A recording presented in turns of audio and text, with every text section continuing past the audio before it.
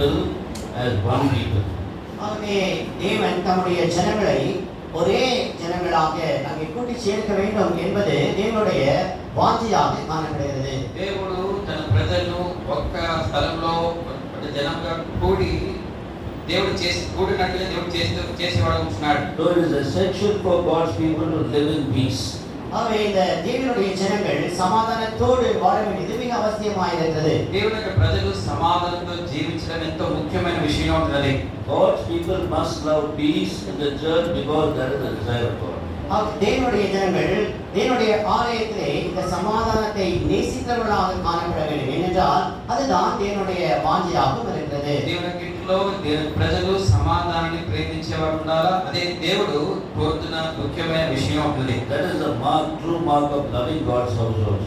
அதுதான் நாம் தேவனுடைய ஆலயத்தை நேசிக்கிறோம் என்பதனுடைய மிக முக்கியமான அடையாளமாகவும் காணப்படுகிறது. అదే దేవుని మందిరాన్ని మనం ప్రేమిస్తున్నామంటే ముఖ్యమైన గుర్తుగా ఆ సాక్షి కలిగి ఉండాలి. And when God sees true genuine love in our hearts, He begins to prosper us.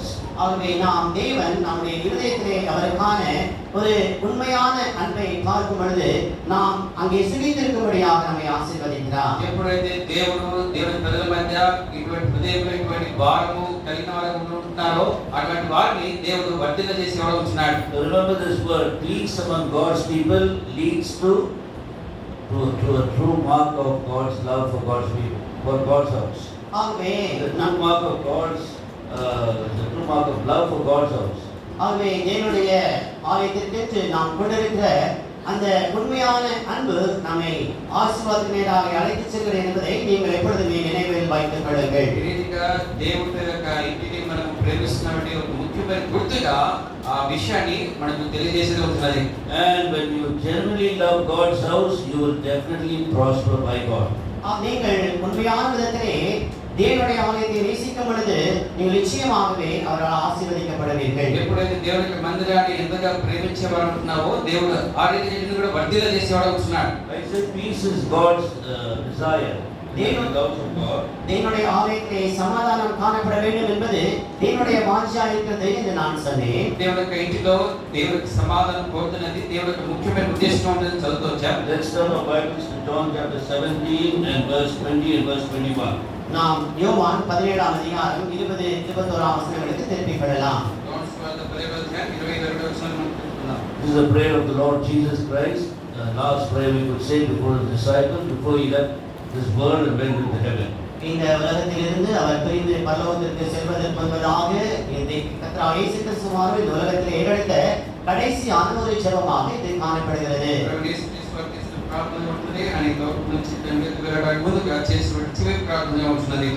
Let's read together, please. நாம் இதை சேர்ந்து வாசிக்கலாம்.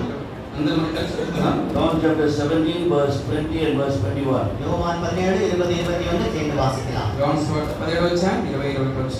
I do not pray for these alone, but also for those who will believe in me through their word. They all may be one, as you, Father, are in me, and I in you. They also may be one in us. The word we believe that you sent me. Remember, this is the prayer of the Lord Jesus Christ, which means His desire. இது தேவனுடைய ஒரு ஜெபமாக இருக்கிறது. அதற்கு அர்த்தம் என்னவென்றால் அவருடைய வாஞ்சையாக இருக்கிறது. ఇది ప్రవేశించే ప్రార్థన అనేది అది ఆయన కోరుతున్న ముఖ్యమైన విషయంగా ఉంటున్నది. Those who love peace in the house of God, what is the mark of such people? தேவனுடைய ஆலயத்திலே சமாதானத்தை விரும்புகிறவருடைய வாழ்க்கையிலே காணப்படுகிற அடையாளங்கள் என்ன? దేవుని యొక్క ఇంట్లో సమాధానం కనుగొనే వారి యొక్క జీవితంలో వారు కలిగి ఉన్న వారు కోరుతున్న వారి జీవితంలో ముఖ్యమైన గుర్తులు ఏమిటి? Or those who say that they love the house of God. நான் தேவனுடைய ஆலயத்தை நேசிக்கிறேன் என்று சொல்லுகிறவர்களுடைய அடையாளங்கள். దేవుని యొక్క ఆలయాన్ని నేను ఎంతగానో ప్రేమిస్తున్నానని చెప్పే వారి జీవితంలో గుర్తులు. King David was a lover of God's house. தாவீது ராஜா தேவனுடைய ஆலயத்தை நேசிக்கிறவனாக காணப்பட்டார். దావీదు రాజు దేవుని ఆలయాన్ని ప్రేమించేవాడు ఉంటున్నాడు. Therefore God prospered him, so this shepherd boy became a king in Israel. ஆகவே தேவன் அவனை ஆசீர்வதித்ததினாலே ஒரு மேய்ப்பனாக இருந்த ஒரு சிறிய பையன் அங்கே ஒரு பெரிய ராஜாவாக உயர்த்தப்பட்டான். అరణ్యంలో చిన్న మందను మేపుతున్న ఈ దావీదు ఒక ఇశ్రాయేలు ప్రజలకు రాజుగా మారుతూ వచ్చాడు. So remember, when you seek for peace in the house of God, you will also prosper. ஆகவே நீங்களும் கூட தேவனுடைய ஆலயத்தினுடைய அந்த சமாதானத்தை வாஞ்சிக்கும் பொழுது தேவனாலே ஆசீர்வதிக்கப்படுவீர்கள் என்பதை நினைவில் வைத்துக் கொள்ளுங்கள். ఎప్పుడైతే సమాధానాన్ని జీవితంలో వెతికేవాడు ఉంటున్నావో నీ జీవితంలో దేవుడు అధికంగా వర్ధిల్ల చేసేవాడు ఉంటున్నాడు. Psalm 122 verse 1 says that David was glad when they told him, let's go to the house of the Lord. கர்த்தருடைய ஆலயத்திற்கு போவோம் வாருங்கள் என்று அவர்கள் எனக்கு சொன்ன பொழுது நான் மகிழ்ச்சியாக இருந்தேன் என்று சங்கீதம் 122 வந்து சொல்கிறது. 122 కింద చూస్తూ చూసాం యెహోవా మందిరం వెళుదమని జనులు నాతో అన్నప్పుడు నేను సంతోషించుకుని. What is making your heart glad today? இந்த நாளிலே உங்களுடைய இதயத்தை எது மகிழ்ச்சியாக்குகிறது? ఈ దినమున ఏ విషయం నీ జీవితంలో అధికంగా సంతోషం కలిగేసి ఉన్నది? Is your involvement in the house of God making your heart glad, or something else you are trying to compensate for joy in your life? ஒருவேளை நீங்கள் கர்த்தருடைய ஆலயத்தை நீங்கள் ஊழியத்திலே ஈடுபடுவதன் மூலமாக நீங்கள் மகிழ்ச்சியை பெற்றுக் கொண்டிருக்கிறீர்களா, அல்லது வேறொரு ஏதாவது காரியத்தை செய்வதன் மூலமாக நீங்கள் மகிழ்ச்சியை பெற்றுக் கொண்டிருக்கிறீர்களா? దేవుని ఆలయంలో ఏదో ఒక పని చేయడం ద్వారా సేవ చేయడం ద్వారా సంతోషిస్తున్నారా, లేకపోతే వేరే విషయాలపైన మీరు అధికంగా సంతోషించే వాళ్ళు ఉంటున్నారా? When we become one in being glad, going to the house of the Lord, there we see there is a heaven peace there. ஆகவே நாங்கள் ஒருமனப்பட்டவர்களாக தேவனுடைய ஆலயத்திற்கு சந்தோஷத்தோடு மகிழ்ச்சியோடு நாம் செல்லும் பொழுது அங்கே சமாதானத்தை நாம் கண்டுகொள்ள முடியும். ఎప్పుడైతే దేవుని ఇంటికి మనం సంతోషంతో వెళ్ళాలనుకుంటున్నామో అక్కడ సమాధానం మనకు ఉంటున్నది. Now remember that David was sitting on a throne and he was in his palace. பாருங்கள், தாவீது ராஜா தன்னுடைய அரண்மனையிலே அங்கே தன்னுடைய சிங்காசனத்திலே அமர்ந்து கொண்டிருக்கிறார். దావీదు రాజు తన నగరంలో రాజ్యంలో సింహాసనం కూర్చొని ఉంటున్నాడు. So that should have made him very glad. அந்த ஒரு காரியமே அவனுக்கு அதிகமான ஒரு மகிழ்ச்சியை கொடுத்திருக்க வேண்டும். ఆ యొక్క విషయమే తన జీవితంలో సంతోషం తీసుకొచ్చేది ఉండాలి. Power and position in among the people of Israel. அவனுடைய அதிகாரம் அந்த ஜனங்களிடத்திலே காணப்பட்ட அவனுடைய அந்த அந்தஸ்தும் அவனுக்கு அதிகமான மகிழ்ச்சி கொடுத்திருக்க வேண்டும். తనకున్న స్థానాన్ని బట్టి తనకున్న అధికారాన్ని బట్టి తన జీవితం ఎంతగా సంతోషించుండవచ్చు. The wealth that he enjoyed, அவன் அதை அதிகமாக அனுபவித்திருக்க வேண்டும். அவனுக்கு கிடைத்ததான அதிகமான ஆஸ்திகள் ஐஸ்வர்யங்கள், తనకు కలిగిన ఆస్తి బట్టి ఎంత సంతోషించవచ్చు. nothing of these made him glad. இந்த ஒரு காரியமும் அவனை மகிழ்ச்சியாக வைக்கவில்லை. ఏ విషయం కూడా తన జీవితంలో నిజమైన సంతోషం తీసుకురాలేదు. He was really rejoicing when people told him, let's go to the house of the Lord. ஆகவே கர்த்தருடைய ஆலயத்திற்கு போவோம் என்று ஜனங்கள் சொல்லும் பொழுது மட்டுமே அவன் அதிகமான ஒரு மகிழ்ச்சியுடனாக காணப்படுகிறார். దేవునికి ఆలయానికి వెళదామని జనులు చెప్పినప్పుడు నాకు తన జీవితంలో ఎంతో సంతోషం పొందుతూ వచ్చాడు. Actually in schools when the first bell is rung, people, the children are all, with long ways they go inside the class. இந்த ஸ்கூல்ல போகும்போது கூட முதல்ல அங்க பெல் அடிக்கும் பொழுது சின்ன பிள்ளைங்க ரொம்ப நீளமான முகத்தோட கதையோட போவாங்க. మొదటి బెల్ స్కూల్లో పెట్టినప్పుడు పిల్లలు ఎంతో దుఃఖంతో స్కూల్కి వెళ్ళేవారు ఉంటారు. When the last bell is rung, கடைசி பெல் அடிக்கும் போது అంటే చివరి బెల్ కొట్టినప్పుడు the same face has become very bright. அந்த நீளமான மூஞ்சி ரொம்ப மகிழ்ச்சியா ரொம்ப பிரகாசமா மாறிடுது. ముఖంలో గొప్ప ప్రకాశం వస్తుంది. And all around the school you can hear one single chorus, let's go home. அந்த ஸ்கூல் முழுவதுமாக ஒரே ஒரு கோரஸ் நீங்க கேட்க முடியும், வீட்டுக்கு போலாம் வாங்க. కాబట్టి అన్ని క్లాసుల్లో ఒకే శబ్దం వినపడుతుంది, ఇంటికి పోదాం రండి. That is the gladness that David had at the end of the week. ஆகவே இந்த வாரத்தினுடைய இறுதியிலே தாவீதுக்கு கூட அப்படிப்பட்டதான ஒரு மகிழ்ச்சியே காணப்பட்டது. కాబట్టి హృదయంలో కూడా ఇలాంటి గొప్ప సంతోషం తన హృదయంలో ఉండొస్తుంది. Let's go to the house of the Lord. கர்த்தருடைய ஆலயத்துக்கு போவோம் வாருங்கள். దేవునికి ఆలయానికి వెళ్దాం రండి. We have the joy today. இந்த விதமான மகிழ்ச்சி நமக்கு இருக்கிறதா? ఈ దినమున ఇటువంటి సంతోషం నీకుందా? If you're lacking peace in your heart and peace in your family because you do not love and you do not rejoice in God's house. நீங்கள் தேவனுடைய ஆலயத்தை நேசித்து அதை மகிழ்ச்சியாக இருக்க முடியாததினாலே உங்களுடைய குடும்பத்திலே அங்கே மகிழ்ச்சி இல்லாமல் காணப்படுகிறது. నీ జీవితంలో దేవుని మందిరంలో నిజమైన సమాధానం పొందినటువంటి నీ జీవితంలో నీ కుటుంబ జీవితంలో సంతోషం లేని వారిగా జీవిస్తున్నావు. And he was not glad we were merely going alone. He was glad when all the family members joined together and said, let's go to the house of the Lord. அவன் தனியாக தேவனுடைய ஆலயத்திற்கு போவதை மகிழ்ச்சி கொள்ளாதவாறு அவன் எல்லாரோடு கூட சேர்ந்து தன்னுடைய ஜனங்களோடு கூட அங்கே தேவனுடைய ஆலயத்திற்கு போகும் பொழுது அவனுக்கு அதிகமான மகிழ்ச்சி கிடைக்கிறது. ఏదో ఒంటరిగా వెళ్ళడం కాదు కానీ తన కుటుంబ సమేతంగా దేవుని ఆలయంలోకి వెళదాం రండి చెప్పి ప్రోత్సాహపరుస్తూ వెళ్తున్నాడు. So he had prepared his family in that way so that all of them together they went to the house of the Lord. ஆகவே இவ்விதமாக அவன் தன்னுடைய குடும்பத்தையும் கூட ஆயத்தப்படுத்தியதனாலே அவர் அனைவருமாக கூட சேர்ந்து கர்த்தருடைய ஆலயத்திற்கு சென்றார்கள். వీరిగా తన కుటుంబంగా ఆలయానికి సిద్ధపడినాన్ని బట్టి కుటుంబంగా దేవుని ఆలయంలో సంతోషించడానికి వెళ్తున్నాడు. They are reminding now David, they are coming and telling him, let's go. They are saying, makes him more glad. அது மாத்திரமல்ல அவர்களே வந்து இந்த தாவீதினிடத்திலே கர்த்தருடைய ஆலயத்திற்கு வாருங்கள் என்று சொல்லி நினைவூட்டுகிறார்கள். அப்பொழுது அது அதிகமான மகிழ்ச்சி அவனுக்கு கொடுக்கிறது. కుటుంబంలోని ప్రజలందరూ చెప్తూ వచ్చారు దేవుడి కాలం రెండు వెళ్దామని చెప్పినప్పుడు కూడా అది ఎంతో సంతోషించే సందర్భంగా ఉంటున్నది. For many years he had to keep on encouraging them, let's go, but now they've changed. The entire family is now telling him, let's go to the house of the Lord. That made him very joyful. அநேக வருடங்களாக அவர் தன்னுடைய குடும்பத்தாரிடம் கர்த்தருடைய ஆலயத்துக்கு போவோம் வாருங்கள் என்று சொல்லி அவர்களை உற்சாகப்படுத்த வேண்டியிருந்தது. ஆனால் இப்பொழுது நிலைமையானது மாறி அவருடைய குடும்பத்தார் அவரிடத்திலே வந்து கர்த்தருடைய ஆலயத்துக்கு போவோம் வாருங்கள் என்று சொல்லும் பொழுது அவர் மிக அதிகமான மகிழ்ச்சியுடனாக காணப்பட்டார். ఈ రీతిగా అనేక సంవత్సరాలుగా దేవునికి ఆలయానికి వెళుదాం రండి అని చెప్పి ఆ విధంగా ప్రోత్సహించుకుంటూ వస్తున్నారు. ఇప్పుడు సమయం వచ్చినది దేవుని ఆలయంలోకి వెళ్ళి సంతోషించడానికి వెళ్తున్నారు. Oh, my efforts that I put in my family to bring them to the house of the Lord is not in vain. They're all now rejoicing to come to the house of the Lord. ஆகவே நான் என்னுடைய குடும்பத்தாரை கர்த்தருடைய ஆலயத்திற்கு அழைத்து வரும்படியாக நான் இவ்வளவு காலமாக எடுத்த எல்லா பிரயாசங்களும் வீணாக போகவில்லை. அவர்கள் இப்பொழுது என்னை கர்த்தருடைய ஆலயத்திற்கு அழைக்கிறார்கள் என்று சொல்கிறார். కాబట్టి ఇన్ని దినాల్లో వారు సిద్ధపరిచిన విషయం ఏమి అర్థమైపోలేదు కానీ ఇప్పుడు వారందరూ కలిసి దేవునికి ఆలయం వెళ్తున్నారు రమ్మని చెప్పి పిలుస్తూ వచ్చారు. So he was very careful to maintain peace first of all in his own family. அவருடைய குடும்பத்திலே முதலாவதாக சமாதானத்தை காத்துக்கொள்வதிலே மிக கருத்துள்ளவனாக அவர் காணப்பட்டார். మొట్టమొదటిగా తన కుటుంబంలోనే సమాధానాన్ని కాపాడుకున్న వాస్తవానికి ముఖ్య విషయం కలిగిన వాడు వచ్చాడు. Suppose he had some friction with his wife, will she say that joyfully, let's go to the house of the Lord? Will she say, I'll go, she say. ஒருவேளை அவருடைய மனைவியிடத்திலே ஏதோ ஒரு சின்ன தகராறு இருக்குமானால் கூட அங்கே சென்று நாம் I'll go alone. நான் தனியாக போகிறேன், நீ தனியாக வா.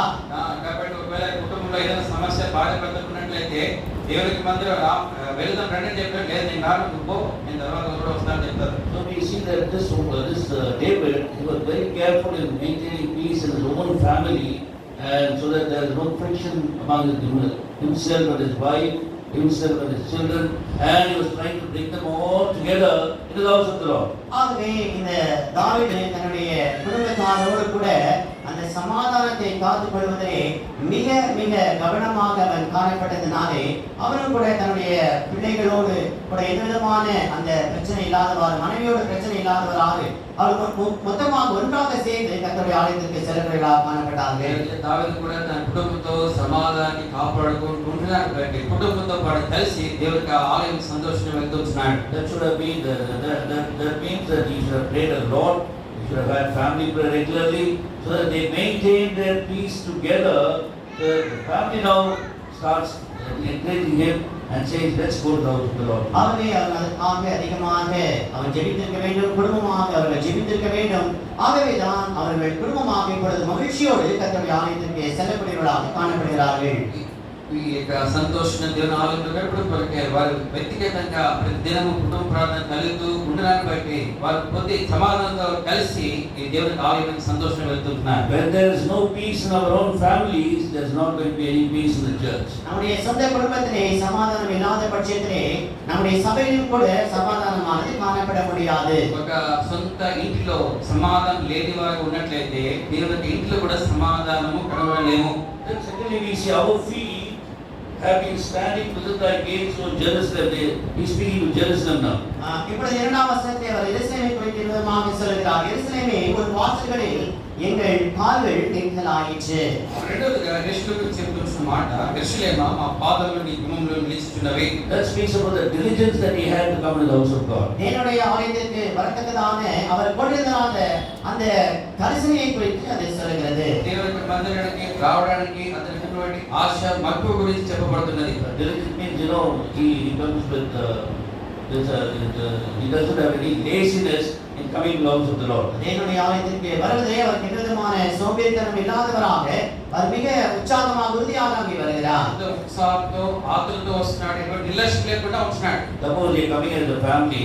ஒரு நாம் குடும்பமாக வருகிறது. కుటుంబంగా మనం వచ్చినప్పుడు David is hastening to the house of God, but his wife is slowly dragging her leg like God's wife, and finally she turns back also. அங்கே சகோதரர் அதிகமாக அங்கே சீக்கிரமாக வரும்படியாக அவர் அவசரப்படுத்துகிறார். ஆனால் மனைவி மிக தாமதப்படுத்தி மிக மெதுவாக அங்கே தாமதமாக வருகிறார்கள். దావీదు లాంటి భక్తుడు ఒకవేళ సంతోషంతో దేవుని ఇంటికి వస్తున్నట్లయితే భార్య మాత్రం ఇక్కడ వెనకంజ వేస్తూ ఇంకా ఈడ్చుకుంటూ కాలు తీసుకుంటూ మెల్లగా వస్తున్నది. But they were all keeping pace with David.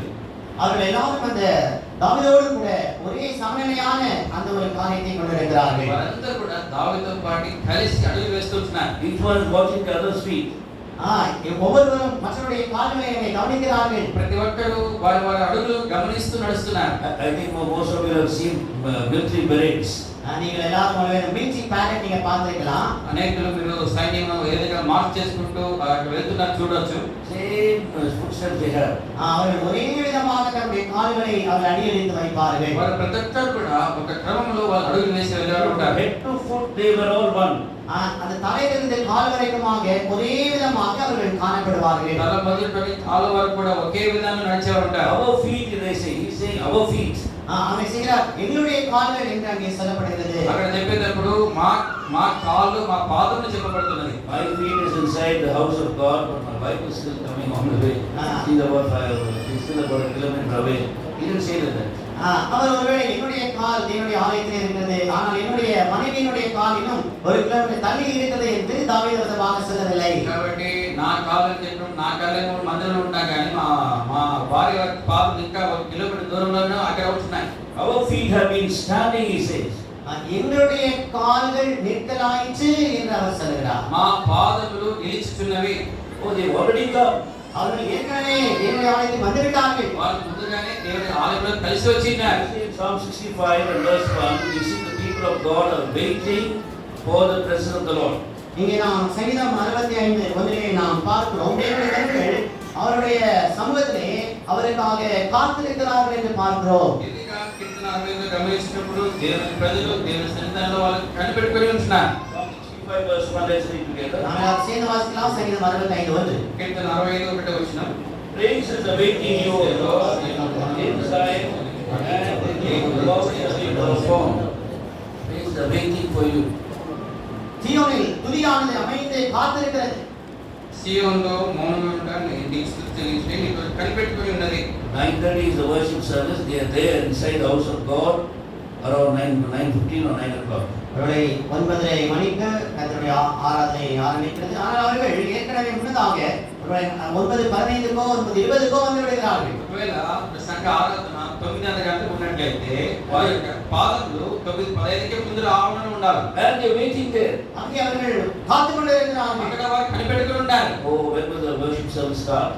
எப்பொழுது இந்த ஆராதனை ஆரம்பிக்கும்? ఎప్పుడు ఈ ఆరాధన ఆరంభించబడుతుంది? Where shall I begin to worship the Lord? நான் எப்பொழுது தேவனை ஆராதிப்பேன்? నేను ఎప్పుడు దేవుని ఆరాధిస్తాను? They don't have any starting trouble. அவர்களுக்கு எந்த விதமான இந்த ஸ்டார்டிங் துவங்கக்கூடிய பிரச்சனை எல்லாம் எதுவுமே இல்லை. వాళ్ళకి ఎటువంటి ప్రారంభం బట్టి ఎటువంటి ఆటంకం లేవు. They're already there. அவங்க ஏற்கனவே வந்துட்டாங்க. వాళ్ళు ముందుగానే ఇక్కడ వచ్చారు. They know that they give greater reverence to the presence of the Lord. அவர்கள் அந்த தேவனுடைய பிரசன்னத்திற்காக மிக அதிகமான அந்த பயபக்தியுடையவர்களாக காணப்பட்டார்கள். దేవుని సన్నిధానంలో ఎంతో భయభక్తితో వాళ్ళు గడిపేవారు ఉంటున్నారు.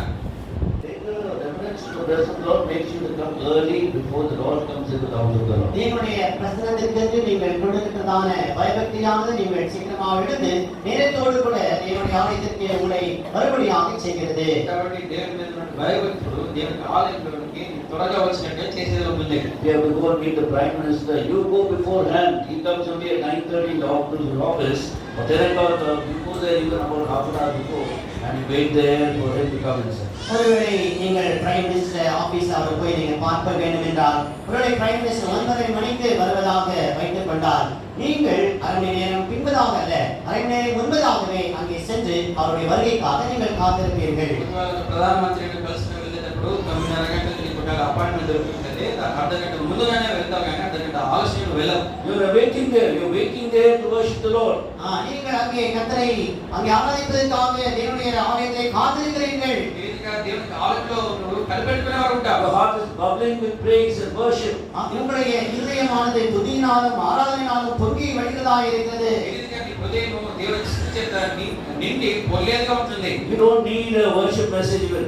You don't even need a worship message to stir you up, to encourage you, and then so that you may worship the Lord. நீங்கள் கர்த்தரை நீங்கள் ஆராதிக்கும்படியாய் ஒரு செய்தியை கொடுத்து உங்களை உற்சாகப்படுத்தவோ உங்களை எழுப்பிவிடவோ அந்த எதிர்விதமான செய்தி கூட அவசியமாக இருக்காது. నువ్వు ఆరాధించడానికి ఆరాధన వర్తమానమో పాటలో నీకు అవసరం తెలియదు. ఎప్పుడైతే సిద్ధపడి వచ్చేవారు ఉంటావో నీ హృదయం కూడా పొంగి దేవుని ఆలోచన ఉంటుంది. That is called diligence to the house of God and diligence to worship the Lord. ஆகவேதான் தேவனுடைய ஆலயத்தை குறித்து நாம் கொண்டிருக்கிற அவரை ஆராதிப்பதை குறித்து நாம் கொண்டிருக்கிற அந்த ஒரு கவனமாக அது காணப்படுகிறது. దేవుని మందిరంలోకి రావడానికి అటువంటి ఆతృతతో ఆశతో దేవుని ఇంట్లో కనబడేవారు ఉంటాం. And when you come like that in oneness, the whole family is going to be different. The church is going to be different.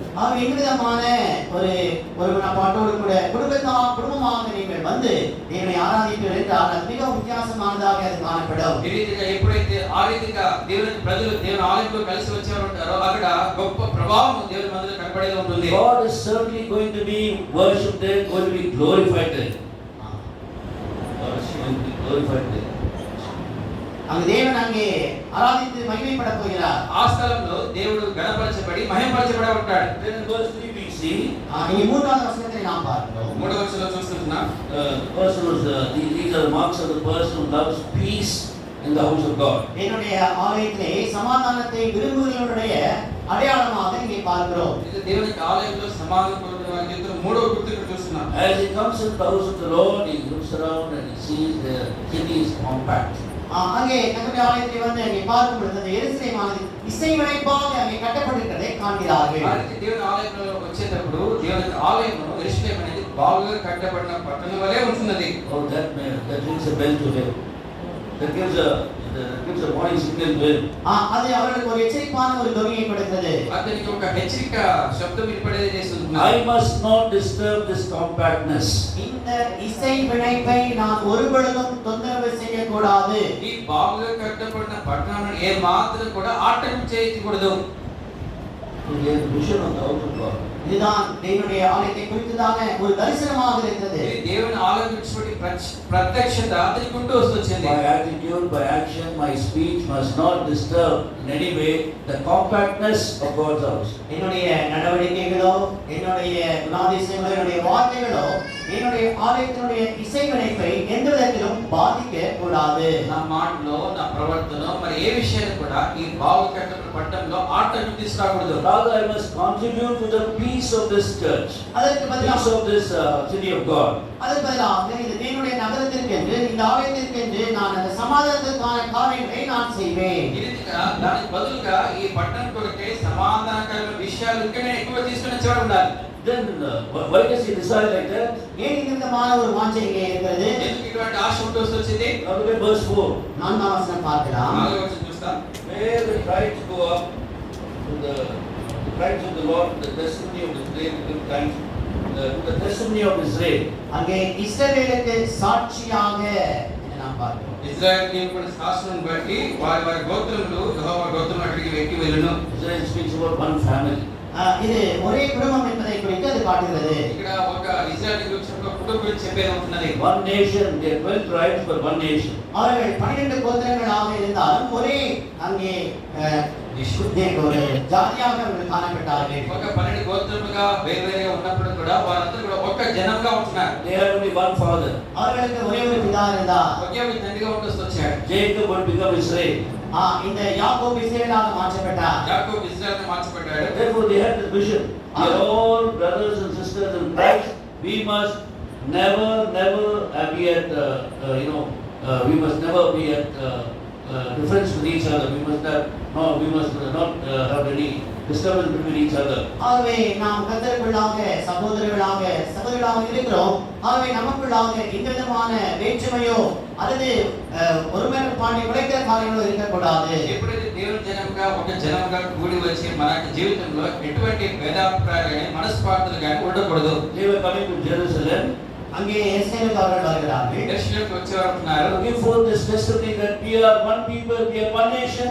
நாங்கள் ஒரே ஜனமாக ஒரே தேசமாக இருக்கிறோம் என்கிறதான ஒரு சாட்சியை கொடுக்கத்தக்கதாக வருகிறார்கள். యెరూషలేముకు వచ్చేటప్పుడు వారు జ్ఞాపకం చేసిన విషయాలంటే మనమంతా ఒక జనంగా ఉంటున్నాం, ఒక దేశ ప్రజలుగా ఉంటున్నాం. Even the breaking of bread is the significance of one nation, that we are one people, we are one family of God. நாம் தேவனுடைய ஒரே குடும்பமாக ஒரே ஜாதியாக நாம் இருக்கிறோம் என்பதை கர்த்தருடைய அப்பத்தை நாம் பிற்கிறதான அந்த காரியமானது நமக்கு காட்டுகிறது. ఈరోజు దేవుని బల్లలు కూడా అదే విషయంలో తెలియజేస్తున్నది. మనమందరం కూడా ఒక్క శరీరంగా ఒక్క ప్రజలుగా ఒక కుటుంబంగా ఉంటున్నాం. We have only one Father, the Heavenly Father.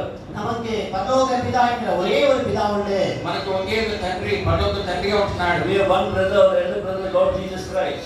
நமக்கு ஒரு மூத்த சகோதரன் உண்டு, அவர் கர்த்தராகிய இயேசு கிறிஸ்துவானவர். మనకు జ్యేష్ఠ సోదరుడు ఉన్నాడు, ఆయన ప్రభువు యేసుక్రీస్తు వారు. So they came with this give forth this testimony. Whenever David saw them, he saw them as one people, and that was the testimony. That is the testimony that the church must try to protect among themselves. இந்த ஜனங்களை பார்க்கும் பொழுது அந்த விதமான சாட்சியை தான் எல்லாரும் ஒரே ஜனமாக ஒரே குடும்பமாக இருக்கிற இந்த சாட்சி தான் தாவீது கொண்டிருந்தார். அதே போல நாமும் கூட இந்த விதமான சாட்சியுடையவர்களாக இருக்க வேண்டும். దావీదు ఇక్కడ వచ్చినప్పుడు ఇటువంటి సాక్షి కలిగిన వాడు వచ్చాడు. మనం కూడా అటువంటి సాక్షి కలిగి జీవించవలసిన వారు ఉంటున్నాం. So that motive was very important.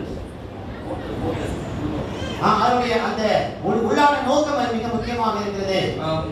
హృదయంలో ఉద్దేశంలో అలాగే ఉన్నారు. Because they were one family, they had only one motive, and all of them came only to praise the Lord. That's all. அவர்கள் ஒரே குடும்பமாக இருந்தபடினாலே அவர்களுக்கு ஒரே நோக்கம் இருந்தது, தேவனை ஆராதிக்க வேண்டும் என்பதே அந்த நோக்கமாக காணப்பட்டது. కూడి వచ్చే ప్రజల మధ్యలో కూడా ఒకే భావన ఏంటంటే ప్రభువును మాత్రం కనపరచాలి. Verse 4 and the second portion we see to give thanks to the Lord. இங்கே 4ஆம் வசனத்தினுடைய கடைசி பகுதியை பார்க்கிறோம். கர்த்தருடைய நாமத்தை ஸ்தோத்தரிப்பதற்காக செல்கிறார்கள். యెహోవా నామమునకు కృతజ్ఞతలు చెల్లించుటకై. Isaiah chapter 43 verse 21, I have chosen these people for my name's sake, and they shall tell forth my praises.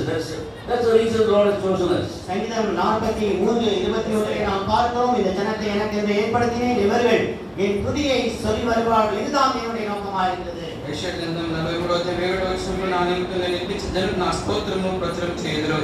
Let's remember, there is only one motive. There should be only one motive, that is our lives, our service, our worship must praise God. ஆகவே நம்முடைய வாழ்க்கை, நம்முடைய ஊழியமானது தேவனை துதிப்பதாக மட்டுமே இருக்க வேண்டும் என்கிறதான நோக்கம் நமக்கு காணப்பட வேண்டும். జీవితంలో మన గురి, మన ఉద్దేశము, మన భారము దేవుని మాత్రమే ఆరాధించే వరకు ఉండాలి. So whenever I do something or think something or speak something in the house of God, I must ask the question, will it praise God?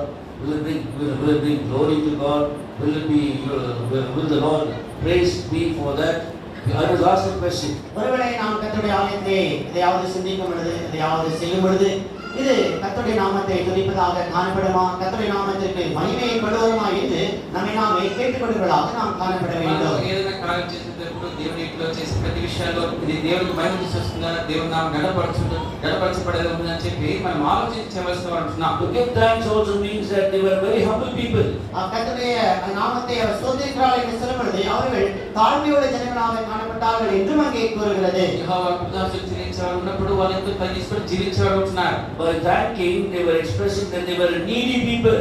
தேவனை அவர்கள் துதிப்பதின் அங்கே நன்றி செலுத்துவதன் மூலமாக அவர்கள் தேவையுள்ள ஜனங்கள் என்பதை அவர்கள் ஒத்துக்கொள்கிறார்கள். వాళ్ళు దేవుని కృతజ్ఞతలు చెల్లించేటప్పుడు వాళ్ళు ఎంతో అవస్థలో ఉంటున్న విషయం కూడా తెలియజేస్తున్నారు. Not for God, I wouldn't be so much. I wouldn't be able to do this.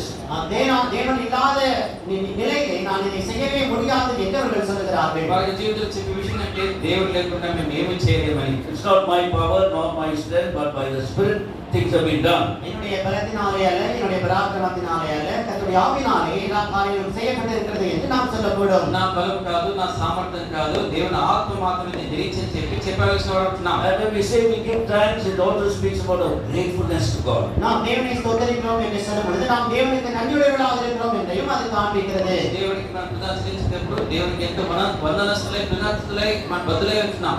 He fell into sin because of our ungratefulness.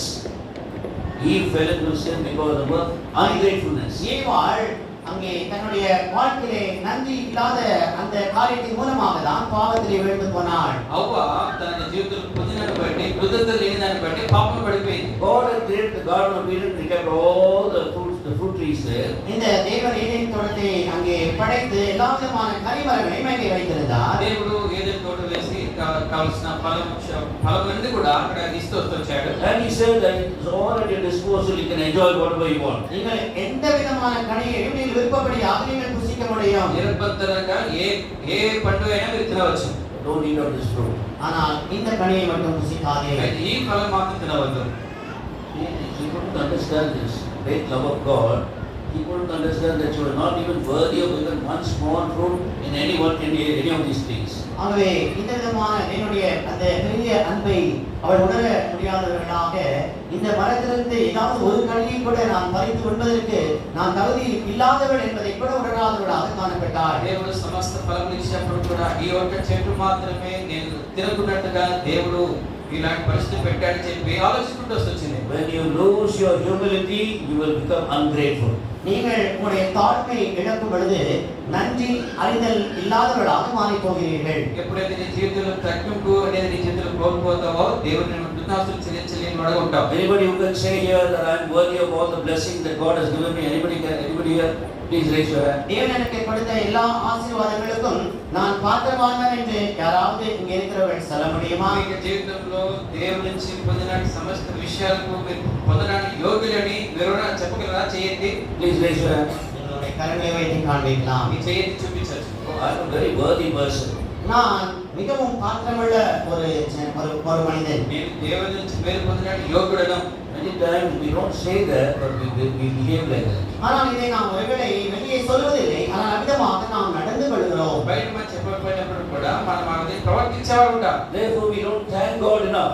ஆகவே நாம் போதுமான அளவு தேவனுக்கு நன்றி செலுத்துவதில்லை. அதன் பற்றி తగినంత విధానంలో దేవునికి కృతజ్ఞతలు చెల్లించలేకపోతున్నాం. When gratefulness reduces in our heart, then naturally we see that we are not able to thank God. நம்முடைய உள்ளத்திலே நன்றி அறிதல் குறையும் பொழுது நாம் தேவனுக்கு அங்கே நாம் துதிக்க முடியாதவர்களாக நாம் மாறி போகிறோம். ఎప్పుడైతే దేవునికి విషయాలు మనం పొందే విషయంలో మనం తగ్గిన వాడుతున్నాము, దేవునికి అదే విధానంలో కృతజ్ఞతలు చెల్లించలేకపోతున్నాం. So you ask any person in those 12 tribes, they were about lakhs of people who are coming to the house of the Lord. You ask anybody, why are you going there? They will say one reason: to thank the Lord, to thank the Lord, to thank the Lord. Is that the reason you are coming into the house of God? அங்கே லட்சக்கணக்கான ஜனங்களாக காணப்படுகிற அந்த 12 கோத்திரத்திலே யாராவது ஒருவரை நீங்கள் பார்த்து நீங்கள் ஏன் தேவனுடைய ஆலயத்திற்கு போகிறீர்கள் என்று நீங்கள் கேட்பீர்களானால் அவர்கள் நான் தேவனுக்கு நன்றி செலுத்த போகிறேன் என்று தான் அவர்கள் சொல்லுவார்கள். விதமாக நீங்கள் கூற முடியுமா? అదేవిధంగా అనేక లక్షల మంది ప్రజలకు దేవుని ఆలయం వచ్చేటప్పుడు కూడా ప్రతి గోత్రం వారు కూడా చెప్పే విషయం అంటే దేవుని ఆలయంలో దేవుని స్థుతించడం మాత్రం వచ్చినారని చెప్పారు. So they all had only one reason that kept them in oneness. அவர்கள் அந்த எல்லாருக்கும் ஒரே ஒரு நோக்கம் இருந்ததினாலே அவர்கள் அங்கே ஒருமனப்பட்டவர்களாய் அங்கே காணப்பட்டார்கள். వారి జీవితంలో ఉన్న వారందరి గురి ఒకటిగా ఉందని బట్టి ఆ రీతిగా చెప్పే వరకు వచ్చినారు. Verse 5. நாம் அதற்கடுத்தபடியாக 5ஆம் வசனத்திலே பார்க்கிறோம். ఈ వచనంలో చూస్తున్నాం. They will see their thrones are set there for judgment upon the house of David. அங்கே தாவீதின் வம்சத்தாருடைய சிங்காசனங்களாகிய நியாயாசனங்கள் வைக்கப்பட்டிருக்கிறது. అచ్చట న్యాయం తీర్చుకునే సింహాసనములు దావీదు వంశీయుల సింహాసనములు స్థాపింపబడి ఉన్నవి. In the country he had a throne for himself. அந்த தன்னுடைய தேசத்திலே அவனுக்காக ஒரு சிங்காசனம் இருந்தது. తన దేశంలో తన కొరకు ఒక సింహాసనం ఉన్నది. But when he comes to the house of God, he sees thrones there. Thrones in plural. இங்கே அவன் தேவனுடைய ஆலயத்திற்கு வரும் பொழுது அங்கே சிங்காசனங்களை அவன் அங்கே பார்க்கிறான். பன்மையிலே இருக்கிறது. దేవుని ఆలయంలోకి వచ్చేటప్పుడు అక్కడ దేవుని ఆలయంలో సింహాసనములు ఉన్నాయి. There he knows that he is under authority. அங்கே அவன் தேவனுடைய ஒரு அதிகாரத்திற்குள்ளாய் அங்கே காணப்படுகிறான். అక్కడ దైవికమైన అధికారం కింద అక్కడ ఉంటున్నాడు. In the country he is the authority. இந்த தேசத்திலே அவனுக்கு தான் அதிகமான அதிகாரமுடையவனாக இருக்கிறான். అక్కడ తన దేశంలో తనే గొప్ప అధికారిగా ఉంటున్నాడు. But in the house of God he has got authority above him. ஆனால் தேவனுடைய ஆலயத்திலே அவனுக்கு மேலாக இருக்கிறதான ஒரு அதிகாரம் அங்கே காணப்படுகிறது. ఆలయంలో తన పైగా దేవునికి అధికారం ఉన్నది గుర్తిస్తూ వచ్చాడు. And they tell him, அங்கே அவர்கள் அவனுக்கு சொல்கிறார்கள், అందరూ బయట చెప్తున్నారు, David, we know that you are the king in the country. இந்த ராஜ்யத்தினுடைய ராஜா என்று எங்களுக்கு தெரியும். దావీదు ఆ దేశానికి రాజు తెలుసు. But in the house of God, ஆனால் இந்த தேவனுடைய ஆலயத்துல దేవుని ఆలయంలో we have only one post for you, that is the doorkeeper post. உங்களுக்கு ஒரே ஒரு இடம் தான் இருக்குது, அந்த போட்டிக்கோல நீங்க உட்காரலாம். దావీదుకు ఉన్నవాడు Doorkeeper post. அந்த வாசலை காக்கிறதான ஒரு வேலை உங்களுக்கு இருக்கிறது. కాబట్టి దేవుని కుటుంబంలో కూర్చుంటే ఆ కావలివాడిగా ఆ పని దావీదుకు ఉన్నది. Can you take that post? அந்த பணியை நீங்கள் அந்த வேலையை எடுத்துக்கொள்ள முடியுமா? ఆ పనికి దావీదు వెళ్తావా? What has struggle would have started in his heart. எந்த விதமான ஒரு போராட்டங்களுடைய இதயத்தை காணப்பட்டிருக்கிறது. హృదయంలో ఎటువంటి పోరాటం ఉండొచ్చు. I am a king. நான் ஒரு பெரிய ராஜா. నేను గొప్ప రాజుని. His flesh would have told him, I am the king. நான் இந்த தேசத்தினுடைய ராஜா என்று அவருடைய மாம்சமாக சொல்லி இருக்க கூடும். ఆ యొక్క శరీరము చెప్పి ఉండొచ్చు ఈ దేశపు రాజు నేను. What does the priest think about you? What does the priest think about you? இந்த ஆசாரிய உடைய குறித்து என்ன நினைக்கிறார்? ఈ యాజకులు తన గురించి ఏమనుకుంటున్నారు? You should have given some very most important position in the house of God. அவர் எனக்கு தேவனுடைய ஆலயத்திலே மிக முக்கியமான ஒரு ஸ்தானத்தை கொடுத்திருக்க வேண்டும். వాళ్ళు దేవుని ఆలయంలో నాకు ముఖ్యమైన స్థానం ఇచ్చి ఉండవచ్చు. You given the last and the least position. ஆனால் அவர் எனக்கு மிக தாழ்மையான கடைநிலையான ஒரு வேலையை கொடுத்திருக்கிறார். వీరు చాలా నీచమైన తక్కువ స్థానం పని నాకు అప్పగించారు. Watchman in the house of the Lord. என்னுடைய அந்த வாசல் படியிலே அமர்ந்திருக்கிறதான ஒரு வேலை. దేవుని ఆలయంలో కావలి వాడుకునే ఒక పని. Because the struggle in his heart initially. ஆரம்பத்திலே அவனுடைய இதயத்திலே பலவிதமான போராட்டம் இருந்தது. ఆరంభంలో హృదయంలో అనేక పోరాటాలు వచ్చాయి. But he knew he had to submit himself. ஆனால் அவன் தன்னை தேவனுக்கு ஒப்புக் கொடுக்க வேண்டும் என்பதை அவன் தெரிந்து கொண்டான். ఆయనప్పుడు దేవునికి తన సమర్పించవలసి చెప్పి So he submits to the house of God. தேவனுடைய வீட்டிலே அவர் தன்னை அங்கே தாழ்மையாக ஒப்புக் கொடுக்கிறார். దేవునికి ఇంట్లో తన తగ్గించుకుంటూ వచ్చాడు. That gives peace in his heart. அதன் பிறகுதான் அவருடைய இதயத்திலே சமாதானம் வருகிறது. హృదయంలో సమాధానం వచ్చింది. That gives peace in the house of God. அது தேவனுடைய வீட்டிலே சமாதானத்தை கொடுக்கிறது. ఇంట్లో సమాధానం తీసుకొచ్చింది. The house of God is getting disturbed everywhere we see because of this problem. ஐந்து விதமான பிரச்சனையினால நாம் இப்பொழுது பார்க்கிறோம் தேவனுடைய ஆலயத்தில் பலவிதமான அங்கே குழப்பங்கள் இருக்கிறது. ఇంకా ఈ దినాల్లో మన సంఘాలు చూసినప్పుడు అనేక కారణాలు బట్టి దేవునికి ఇంట్లో సమాధానం కోల్పోయిన వారు ఉంటున్నారు. David was called a man of the God's own heart. இந்த தாவீது தேவனுடைய இருதயத்திற்கு ஏற்றவன் என்று அழைக்கப்பட்டான். దావీదు తన జీవితంలో పొందిన సాక్ష్యం అంటే దావీదు నా హృదయానుసారుడు. Because he knew how to submit to authority and take a position which they gave him. ஏனென்றால் அவர்கள் தனக்கு கொடுக்கிறதான அந்த தாழ்மையான ஸ்தானத்தை எடுத்துக்கொள்ள அவன் கற்றிருந்தான். ఎందుక దేవుని ఆలయంలో పైన అధికారులు ఏ స్థానం ఇస్తొచ్చారో దాన్ని తీసుకోవడానికి మనసు కలిగినవాడు ఉంటున్నాడు. When he came to build the house of God, தேவனுடைய ஆலயத்தை கட்டும்படியாக வந்த பொழுது దేవుని ఆలయాన్ని కట్టడానికి వచ్చేటప్పుడు God told him, தேவன் அவனிடத்திலே சொன்னார், దేవుడు చెప్తూ వస్తొచ్చాడు. yes, David, I have seen you. தாவீதே நான் உன்னை பல முறை பார்த்திருக்கிறேன். దావీదు నేను చూస్తూ వచ్చాను. Fighting battles and risking your life. அநேக விதமான யுத்தங்களை நீ நடத்தி நீ அங்கே உன்னுடைய வாழ்க்கையை பலவிதமான போராட்டத்தோடு காணப்பட்டாய். నీ జీవితంలో అనేక యుద్ధాలు చేసి అనేక పోరాటాలు చేస్తూ వచ్చా. And you were risking your life. நீ உன்னுடைய வாழ்க்கையை மிக ஆபத்தான நிலைமைக்கு நீ கொண்டு போய் கொண்டிருந்தாய். నీ యొక్క ప్రాణం పణంగా పెడుతూ వచ్చా. In order to get some gold and silver to build my house. என்னுடைய ஆலயத்தை கட்டுவதற்கு பொன்னையும் வெள்ளியும் சம்பாதிப்பதற்காக నా ఆలయం కట్టడానికి బంగారం వెండి సంపాదిస్తూ వచ్చా. You didn't fight those battles because for yourself to get some glory for your name. இந்த விதமான யுத்தத்தை நீ நடத்தி உன்னுடைய நாமத்திற்கு மகிமைக்காக அந்த விதமாக செய்யலாம். నీవు నీ యుద్ధాలు அதற்காக நீ செய்யவில்லை. కాబట్టి ఇటువంటి గొప్ప యుద్ధాలు నీ పేరు ప్రఖ్యాతి కొరకే చేయలేదు. You did it for my house. நீ என்னுடைய வீட்டிற்காக இதை செய்தாய். నా మందిరం నిమిత్తం చేస్తూ వచ్చా. But still, I want to tell you something. ஆனாலும் கூட நான் உனக்கு ஒரு காரியத்தை சொல்ல விரும்புகிறேன். అయినప్పటికీ కూడా ఒక కారణంగా I have చెప్తున్నాను. another person to build the house. எனக்கு என்னுடைய வீட்டை கட்டும்படியாக வேறொரு மனிதனை நான் నా வைத்திருக்கிறேன். ఆలయం కట్టడానికి ఇంకో వ్యక్తి ఉంటున్నాడు. Solomon, your son. என்னுடைய குமாரனாகிய சாலமோன். నీ కుమారుడైన సొలొమోను. Therefore, ஆகவே అందును బట్టి you have to take the second place. நீ இரண்டாவது ஸ்தானத்தை எடுத்துக்கொள்ள வேண்டும். నీవు రెండవ స్థానం తీసుకోవాల్సిన వాడు ఉంటున్నావు. Immediately we see David. உடனடியாக அங்கே தாவீது என்ன செய்வதை பார்க்கிறோம். వెంటనే దావీదు ఏం చేస్తూ వచ్చాడు? Said, yes, Lord. ஆம் தேவனே என்று சொல்கிறார். చిత్తం ప్రభువా అని చెప్తూ As వచ్చాడు. long as I see the glory of God in the house of the Lord and your house being built, let me take the second place. நான் என்னுடைய ஆலயத்திலே அது கட்டப்பட்டு என்னுடைய மகிமையை காணும் வரைக்குமாக நான் என்னுடைய வாழ்க்கையிலே இரண்டாவது ஸ்தானத்தை எடுத்துக்கொள்ள ஆயத்தமாக இருக்கிறேன் என்று அவர் சொல்கிறார். దేవునికి ఆలయం కట్టి దానికి మహిమ చూచేంత వరకు కూడా దావీదు వెనకల ఉండి రెండో స్థానంలో ఉండి దేవుని మహిమ కొరకు కనిపెడుతూ వెనక స్థానంలో ఉంటూ వచ్చాడు. That is why he had peace, and the house of God that was built was also the house of peace. God came and dwelt among the midst of it in all the Shekinah glory.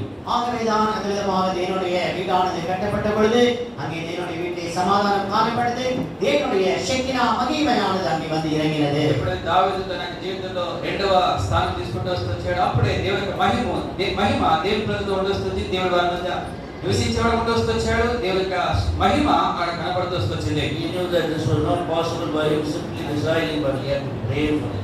இந்த விதமாக இதை நாம் வாஞ்சிப்பதன் மூலமாக மட்டும் அது சாத்தியமாகாது. நாம் இதற்காக நாம் ஜெபிக்கக்கூடியவர்களாகவும் காணப்பட வேண்டும். మనము మన ప్రయాస వల్ల ఇది సాధ్యం కాదు, కానీ దాంతో అధికంగా ప్రార్థించేవాడు ఉండాలి. Pray for the peace of Jerusalem. எருசலேமின் சமாதானத்துக்காக வேண்டிக் கொள்ளுங்கள். యెరూషలేము సమాధానానికి ప్రార్థన చేయండి. Pray for the peace. He was telling himself, pray for the peace of Jerusalem. அவன் தனக்குள்ளாக சொல்லிக் கொள்கிறார், எருசலேமின் சமாதானத்துக்காக வேண்டிக் கொள்ளுங்கள். యెరూషలేము సమాధానానికి ప్రార్థన చేయండి చెప్తూ వచ్చాడు. వాడు అందరి వేడుకుంటూ వచ్చాడు.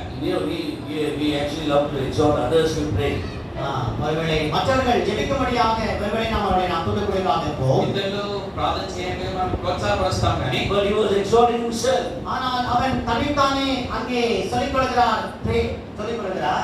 తానే ప్రోత్సాహపరుస్తున్నాడు. What was he saying? என்ன அவர் சொல்லிக் கொள்கிறார்? ఏమని చెప్పుకుంటున్నాడు? David, you pray for the peace of Jerusalem. தாவீதே, எருசலேமின் சமாதானத்துக்காக நீ வேண்டிக்கொள் என்று சொல்கிறார். దావీదు యెరూషలేము సమాధానానికి ప్రార్థన చేయి. Before you put your feet inside Jerusalem city, inside the Jerusalem city, inside the gates of Jerusalem, you pray and go there.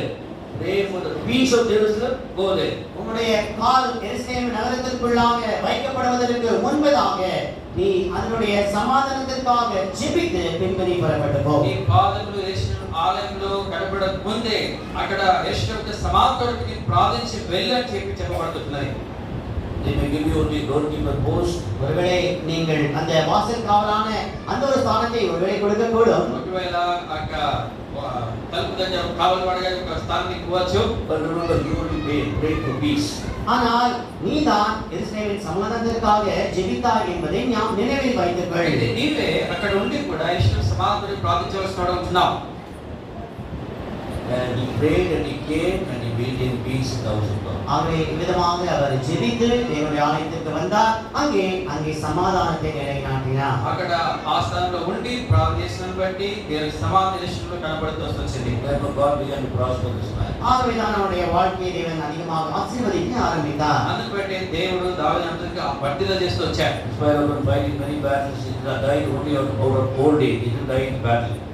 ஒருவேளை அவன் அதிகமான யுத்தங்களை அவன் செய்தாலும் அந்த யுத்தத்திலே அவன் மரித்து போகாதவனாக இருந்தார். అనేక బయలుదేరిన యుద్ధాలు చేసినప్పుడు యుద్ధంలో మరణించలేదు, కానీ వయసు వచ్చిన తర్వాత చనిపోతూ వచ్చాడు. Predecessor King Saul, he died in the battle. He was killed by the Amalekites. ஆனால் சவுலுடைய வாழ்க்கை நாம் பார்க்கும் பொழுது யுத்தத்திலே அமலேக்கியனாலே அவர் கொல்லப்பட்டு மரித்தார். ఇదిగా సౌలు గమనించినప్పుడు యుద్ధంలో అతడు హతమార్చబడుతూ వచ్చాడు అమలేకుని చేత. God was always seeking the good of David. இந்த தாவீதுடைய நன்மைக்காக தேவன் எப்பொழுதுமே அங்கே பார்த்து கொண்டிருந்தார். దేవుడు దావీదుకు ఎల్లప్పుడూ కూడా మేలు చేసేవాడుగా ఉంటూ వచ్చాడు. Prosperity be within your palaces. உன்னுடைய அரண்மனைக்குள்ளே அங்கே சுகம் காணப்படுவதாக. ఈ ప్రాకారంలో నెమ్మది కలుగుగాక. I will seek your good.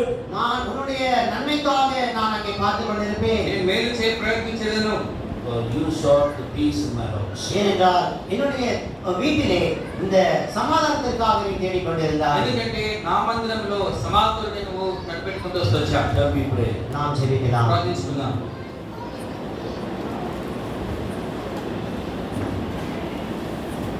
உங்கள் ஆண்டுகளை நாங்கள் உம்மை பணிந்து கொள்கிறோம். மீண்டுமாக இந்த நாளுக்காக நன்றி செலுத்துகிறோம். இந்த ஷாலேம் சபைக்காக நன்றி செலுத்தி கொள்கிறோம். சமாதானத்தின் தாவரமாக இதை நீர் இந்த இடத்துல ஏற்படுத்தியிருக்கிறீர். நன்றி செலுத்தி நான் உண்மை ஸ்தோத்திரிக்கிறோம். தாவீதை போல நாங்கள் கூட தேவனுடைய வீட்டில் சமாதானத்துக்காக ஜெபிக்கிறவர்களாக இருக்க எங்களுக்கு உதவி செய்யும். என்னால் ஆண்டவரே இந்த சபைக்கு பிரச்சனைகள் வரக்கூடாது, குழப்பங்கள் வரக்கூடாது, சண்டைகள் வரக்கூடாது, சமாதான குறைவுகள் ஏற்படக்கூடாது என்று சொல்லி அவன் ஜெபித்து சென்றதினாலே அவனை ஆண்டவரே நீதாமே பக்குவமாக நடத்தினீர். தாழ்மையாக வைத்துக் கொண்டீர், நன்றி உள்ளவனாக வைத்துக் கொண்டீர். நான் இதற்கு தகுதி அல்ல என்று எப்போதும் சிந்திக்கக்கூடியவனாக வைத்திருந்தேன். அவனை நீர் ஆசீர்வதித்தீர். அவனுடைய நன்மையை தேடினீர். அவனை சுகித்திருக்க முடியாது செய்தீர். நாளை வசனத்தை கேட்ட நாங்கள் அனைவரும் கூட விதமான ஒரு சிந்தையோடு மாத்திரமே இன்றைக்கு காணப்பட கிருபை செய்து தேவனுடைய விருப்பம். நீரும் பிதாவும் ஒன்றாக இருப்பது போல நாங்கள் கூட ஒன்றாக இருக்க வேண்டும் என்று சொல்லி ஜெபித்து எத்தனை ஆண்டுகளாக நீ பிதாவோடு சமாதானமாக இருக்கிறீர்? எத்தனை ஆண்டுகளாக நீரும் பிதாவும் எல்லாவற்றிலும் ஒரே மனமாக இருக்கிறீர்? ஆண்டவரே, நான் உன்னை ஸ்தோத்திரிக்கிறோம்.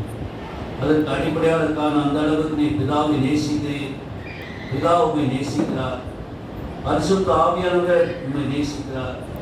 ஆண்டவரே, திருத்துவ தேவன் ஒருவர் நேசித்து விதமான ஒரு ஆண்டவரே 3 நபர்களாக இருந்தாலும் ஒரே தேவனாக இருக்கிறது போல நாங்கள் கூட ஒரே சபையாக ஒரே புது மனிதனாக இருக்க நீ வாஞ்சித்து என் உள்ளத்தில் நீ கிரியை வருகிறீர்கள். எந்தெந்த விதத்திலே நாங்கள் சமாதானத்துக்கு தடையாக இருக்கிறோமோ, இந்த ஒரு ஆவிக்குரிய ஒருமனப்பாட்டுக்கு தடையாக இருக்கிறோமோ, அந்த காரியங்கள் எல்லாம் எங்களுக்கு உணர்த்தி காண்பித்து இந்த வசந்த மூலமாக நீ செயல்பட்டு வருகிறதுக்காக ஸ்தோத்திரம். சமர்ப்பித்த ஒவ்வொருவரையும் நீ நாமே ஆசீர்வதிப்பீராக.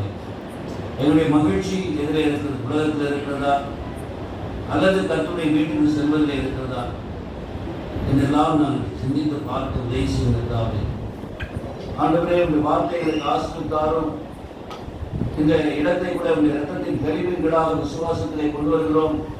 இந்த ஆலய பிரச்சனை கூட நீதாமை பொறுப்பேற்றுக் கொண்டிருக்கார். ஸ்தோத்திரம். தலைமை தாங்கினதுக்காக ஸ்தோத்திரம். நன்றி ஆண்டவரே. உடைய பிள்ளைகளுடைய ஸ்தோத்திரத்தை நாங்கள் ஏற்றுக்கொண்ட தேவன் நீ. இதற்கு நாங்கள் பார்க்கிறல்ல, தகுதியல்ல. இங்கே ஆராதிக்கும் போதெல்லாம் உடைய பிள்ளைகளுக்காக அந்த எண்ணத்தை தாரும். இது சுத்தமாக தேவனுடைய ஈவு, தேவனுடைய கிருபை என்று சொல்லி நன்றியுள்ள மக்களாக எப்போதும் போய் ஸ்தோத்திரிக்க மாத்திரமே இந்த இடத்துல உண்மை தேடி வந்து உண்மை ஆராதிக்கக்கூடியவர்களாக இருக்கிற உதயசூரியா ஜெபிக்கிறோம். இந்த கல்வாரி அன்புக்காக ஸ்தோத்திரம். ஆண்டவரே, நாங்கள் அந்த அன்புக்காக அந்த கல்வாரி கிரியின் மூலமாக மாத்திரமே உங்களுடைய குடும்பமாக மாற்றப்பட்டிருக்கிறோம். இந்த வசதியை நீ விதமாக உங்கள் இரத்தத்தால் மீட்டுக் கொண்ட பிள்ளைகளுக்காக நீ ஏற்படுத்தின ஒரு காரியம், ஜபங்களை கேட்டு பதில் கொடுத்த காரியம், உங்களுடைய உண்மை நிமித்தமாக நீ கொடுத்த காரியம், உங்களுடைய உண்மை எவ்வளவு பெரியது என்பதை நான் உணரும்படியாக கொடுத்த காரியம். ஆண்டவரே, நீ நாம் இதை ஆசீர்வதிக்கும்படியாக ஜெபிக்கிறோம். அப்பத்தின் வீடாக காணப்பட கிருபை செய்யும் வார்த்தை கொடுக்க உடைய தாசர்களை சிறுவிக்குள்ளா மறைத்து அபிஷேகத்து பயன்படுத்திக் கொள்ள நாம் வேண்டிக் கொள்கிறோம். ஆண்டவரே, இங்கே தேவனுடைய சத்தியம் முழங்கத்தக்கதாக கிருபை செய்யும். புதிதாக வரக்கூடிய உண்மையாக ரட்சிக்கப்பட கிருபை செய்யும். உண்மையான மெய்யான தேவனை கண்டுகொள்ள உதவி செய்யும். ஆண்டவரே, பரிசுத்தம் நீங்க நீரை பெறுவதை உணர கிருபை செய்யும். கர்த்தாவுடைய வருகைக்காக ஒரு சுருக்கூட்டத்தை இந்த இடத்தில் ஆயுதப்படுத்த வேண்டும் என நான் ஜெபிக்கிறோம். இந்த பகுதியில் உள்ள மக்கள் எல்லாம் உங்களை சொந்த ரட்சகராய் விசுவாசித்து ஏற்றுக்கொள்ள கிருபை தாரும். இது தேவனுடைய வீடு, வானத்தின் வாசல், மெய்யாகவே பயங்கரமான இடம் என்று சொல்லி உணர்ந்து கொள்ள உதவி செய்யும். இதற்கு விரோதமாய் செயல்படக்கூடிய செயல்படத்தக்கதாக திட்டமிடுகிற மக்களுக்குள்ளாக ஒரு பயம் உண்டாகட்டும்.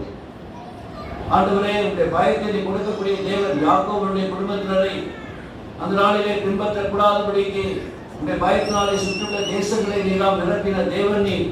இயேசு கிறிஸ்துவை நேற்று மாறாத பட்சபாதம் இல்லாத எங்கள் பட்சத்தில் இருக்கிறவர் ஆகிய தேவன் எங்கள் பட்சத்தில் இருந்தால் எங்களுக்கு விரோதமாக இருப்பவன் யார் என்று சொல்லி நீ கேட்கக்கூடிய தேவன், நாங்கள் உண்மை சோதரிக்கிறோம். அமிதமாக இங்கே தேவன் எப்போதும் இருக்கிறார் என்ற காரியத்தை உணர்ந்து கொள்ள உதவி செய்யும்.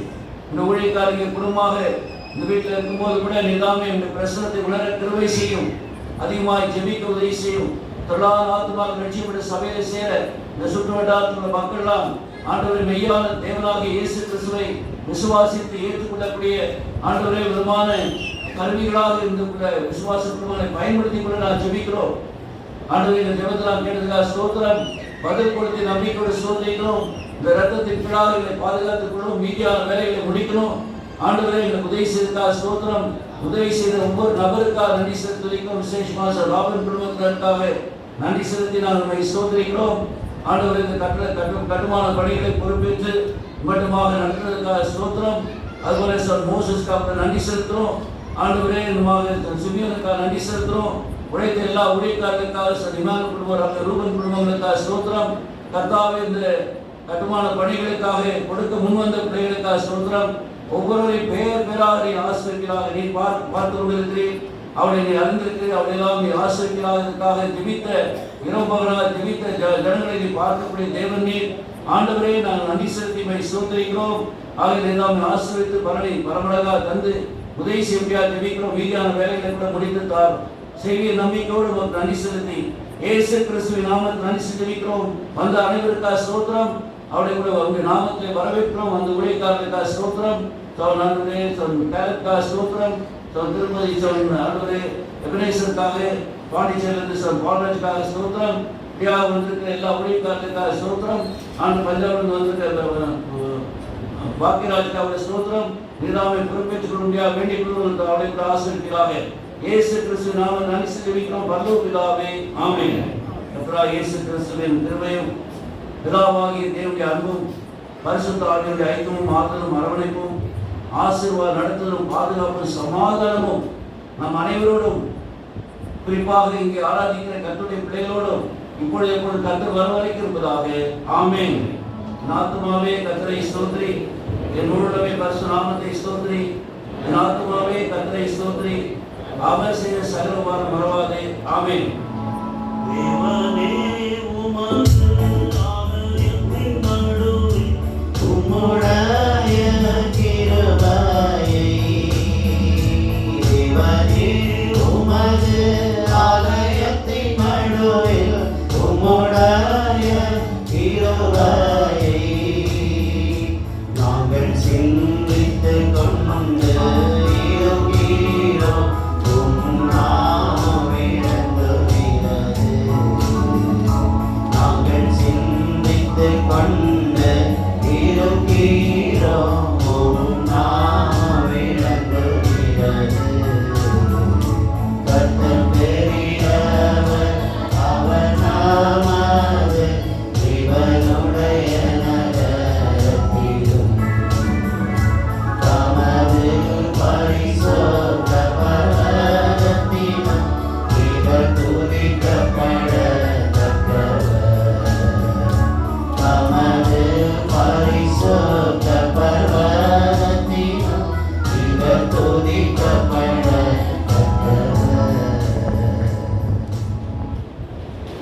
Praise the Lord. Praise the Lord.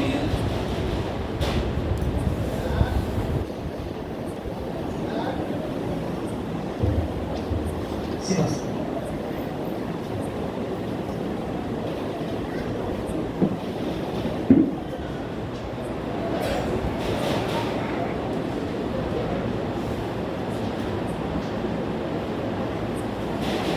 మా యొక్క ఆహ్వానాన్ని విని దయచేసిన ప్రతి ఒక్కరు కూడా శాలయ మాసం తరఫున మీకు పేరు పేరున వందనాలు తెలియజేస్తున్నాను.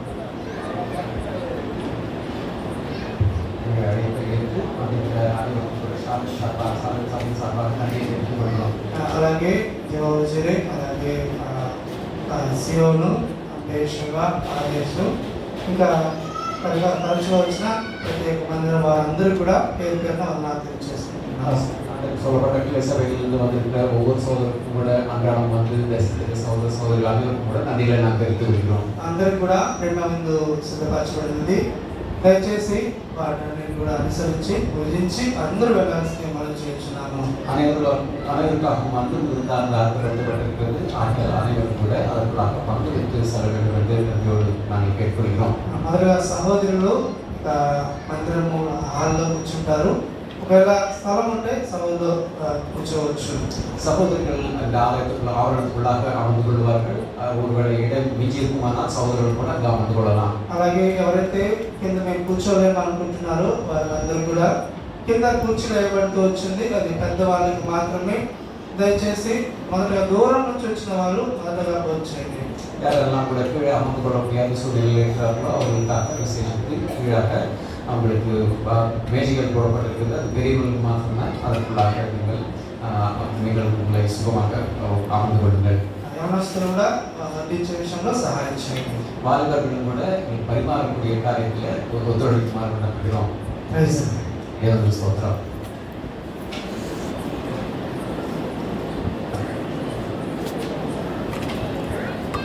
ஊழியக்காரர் மாத்திரம் கீழே வந்து கேட்டுக்கிறோம்.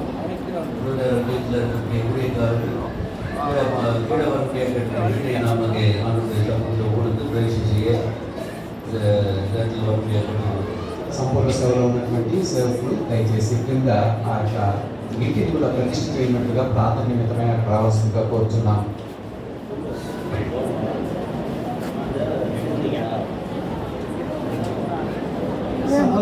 కావాలి. సంపూర్ణ సేవ నా సౌకర్యం మిగిలిన వారు దయచేసి కాళ్ళు సిద్ధపరచండి.